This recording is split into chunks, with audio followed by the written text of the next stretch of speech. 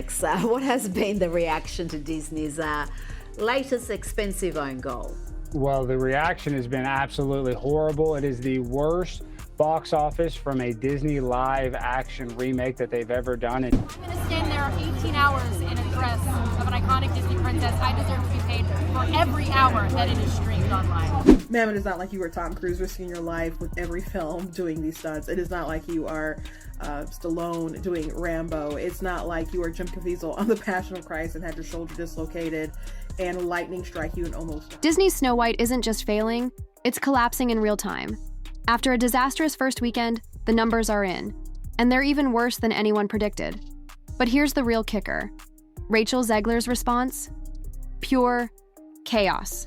Let's break down the biggest box office flop in Disney history, and why they never saw it coming. The cartoon was made 85 years ago, and therefore it's extremely dated when it comes to the ideas of women being in roles of power. Can we spend 1 minute on Snow White and how it totally imploded at the box office this weekend? It was so delicious. The thing they spent $170 million to make the thing, and it had the lowest opening, under $50 million, of any of these live action Disney remakes that they've ever had. Even the one that was their worst, Dumbo, did better than this has done. After a full week in theaters, Snow White has barely scraped past 100 million worldwide. For a movie that cost Disney nearly $400 million after reshoots and marketing, that's catastrophic. To break even, it needed $700 million instead. It Soundtrack Tolo's hundreds of millions, making it Disney's biggest financial disaster ever.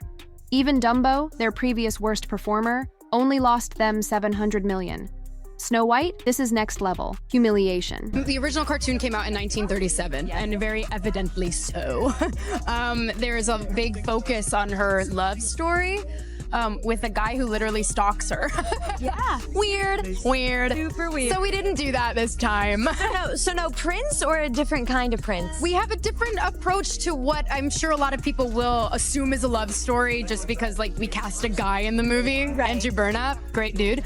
It's really not about the love story at all, which is really, really wonderful. And whether or not she finds love along the way is anybody's guess until 2024. All of Andrew's scenes could get cut. Who knows? So what went wrong? First, Disney alienated their core audience by turning Snow White into a lecture instead of a fairy tale.